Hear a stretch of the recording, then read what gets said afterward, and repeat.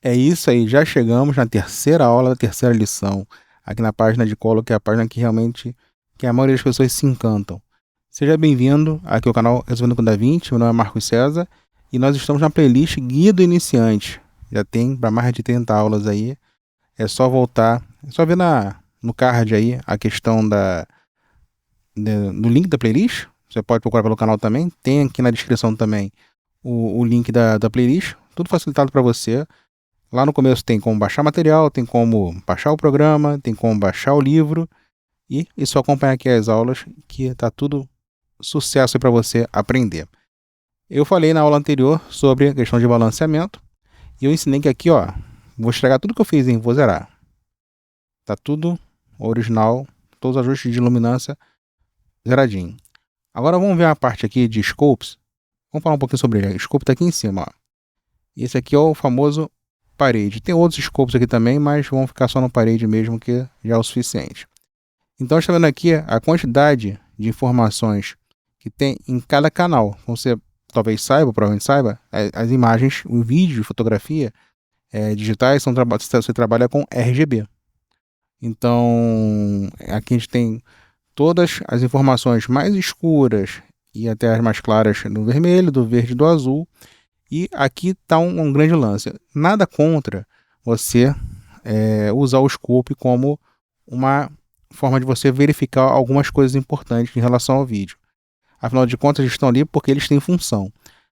O que eu digo é o seguinte: aqui na tela, vou ligar aqui nessa região aqui, você está tendo uma análise subjetiva dessa imagem, ou seja, você como sujeito, por isso subjetivo, você está fazendo uma avaliação de se a imagem está ficando de acordo com o que você pretende dela, em termos de beleza, de resposta da imagem, de composição, de visual que você quer alcançar.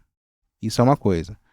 A questão é que é o seguinte, isso aqui são dados de informação de imagem e elas são informações digitais, matemáticas. E você pode fazer uma aferição disso objetivamente, ou seja, o objeto dos dados podem ser analisados. Então aqui é uma avaliação objetiva. Ok? Então vamos lá. Eu falei que o offset ele faz uma variação de luminância toda por igual, ou seja, a região escura vai ganhar um pouquinho de nível, tal como o médio proporcionalmente e tudo mais. Você vai ver quando eu jogo aqui o offset para a direita, sobe como se fosse um elevadorzinho, ó. Todo mundo subindo junto. Ninguém está tendo nenhuma vantagem em relação ao outro. Vou parar aqui no meio, de propósito. Se eu fazer aqui no lift agora, se eu for fazer, né? Se eu fizer aqui no lift, desculpa a falha de português aí, jogar para a esquerda, ó, eu vou abaixar a parte de baixo e a parte de cima nem quase não se mexeu, ó. E aqui agora no gain, eu posso jogar mais para cima, ok? E aqui o gama, eu posso mexer nos tons médios. Tá vendo? Não estou dizendo que esse seria meu ajuste correto, não. Assim, só quis mostrar tudo desde o comecinho, ó. Vou zerar aqui em cima. Posicionei no meio porque eu quis. Joguei um pouquinho para baixo. Joguei um pouquinho para cima, parte mais clara. E dei um confere aqui nos tons médios. É uma possibilidade de fazer ajuste. A questão é que você não pode gastar muito tempo fazendo isso, porque quando você vai fazer um color grading, isso aqui tem que ser nessa velocidade que eu fiz aqui agora, o mais rápido possível. Por exemplo, aqui, essa imagem aqui, o que eu vou fazer? Vou atuar um offset. Já estava mais ou menos no preto. Precisa de muito ganho, que ela está muito escuro. E seria mais ou menos por aqui assim. Já seria um ajuste razoável. A parte dos tons médios, eu não vejo necessidade nenhuma. Ok? Então, essa questão é muito importante de você não depender dos scopes. É como se você, por exemplo, você vai dirigir um carro. É claro que você precisa lá do velocímetro, de diversos outros medidores, né, de nível de óleo, sinais de falhas de parte do carro e tudo mais. Desde sempre, desde o carro um pouco mais antigo aí, você tem um monte de informações ali. É importante. Mas a direção é você saber realmente dirigir, mesmo se pare de funcionar o velocímetro, por exemplo. Parou de funcionar, mas o carro continua andando. Você tem que saber continuar nisso. Claro que é uma coisa que é importante destacar, que a monitoração de vídeo depende de você ter um monitor confiável E os monitores, realmente, confere, são um pouco mais caros. Mas para poder começar a trabalhar em SDR, um bom monitor, alinhadinho e tal, isso é um outro assunto para mais tarde, já resolve. Mas pegando seu monitor aí, tá ótimo. Uma pergunta comum para quem está começando é: Marcos, qual é o nível correto? É esse aqui, tal de nessa faixa de próximo de 900 aqui seria o nível correto, para ser mais claro? Não existe um valor correto pelo seguinte motivo: tudo que você pode, através de manipulação de dados, chegar no valor correto, você pode criar um software que calcula isso. Concorda comigo? Porque se existe algum valor exato, ele vai lá, analisa e entrega. A parte de tecnologia neural está tentando fazer um pouco disso. Só que é o seguinte: vamos supor que meu objetivo fosse fazer o vídeo um pouco mais escuro, assim, de propósito, por qualquer outro motivo que eu quisesse aqui. A minha intenção fosse deixar assim de propósito, porque a minha próxima cena vai ter que ter uma coerência em relação a esse nível de vídeo. Então, já caiu por terra essa coisa de valor correto.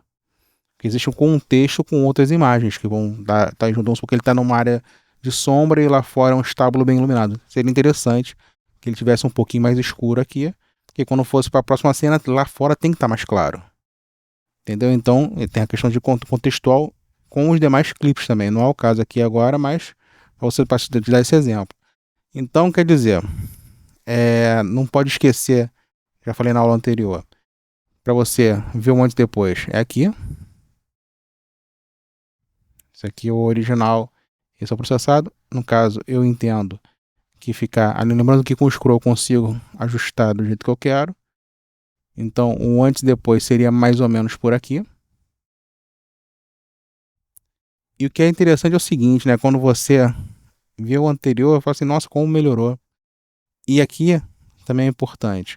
É claro que, como eu falei lá na aula anterior rapidamente, né? Passando, vamos dizer, você tem basicamente dois contextos numa imagem: a questão da luminância, em inglês é luminance, ou crominância, que é a questão da cor, chrominance, que aí tem um CH aí antes do R, né? CHR, chrominance.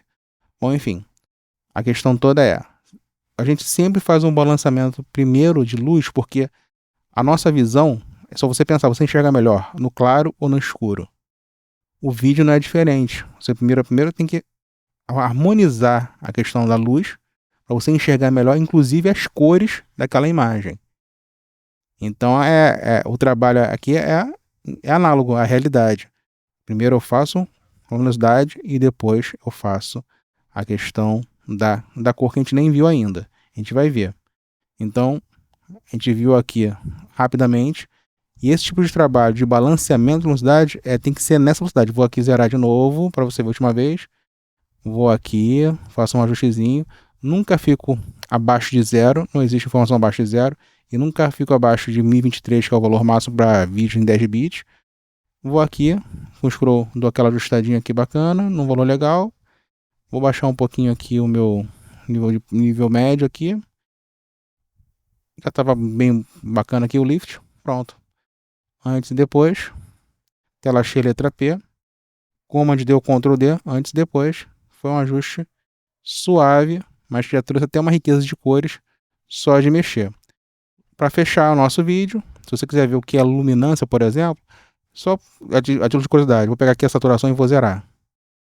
Isso aqui é a sua imagem sem cor nenhuma. E para normalizar, é só clicar 2 vezes na saturação, cliquei 2 vezes e volta para o padrão, que é 50. Tá bom? Então essas são as dicas iniciais em relação ao scope. Não fique dependente do scope. O scope é um auxiliar para você ver objetivamente falando como está ficando os limites do teu vídeo, inclusive as relações. Mas se você quer saber a parte visual, é a sua visão que conta aqui na tela, ok? Então é isso. Vamos nessa aqui. Realmente essa parte do Color Grading da DaVinci Resolve é sensacional. Muito obrigado aí pelos novos inscritos. Se você não é inscrito ainda, hora de se inscrever. Valeu, um abração e até mais.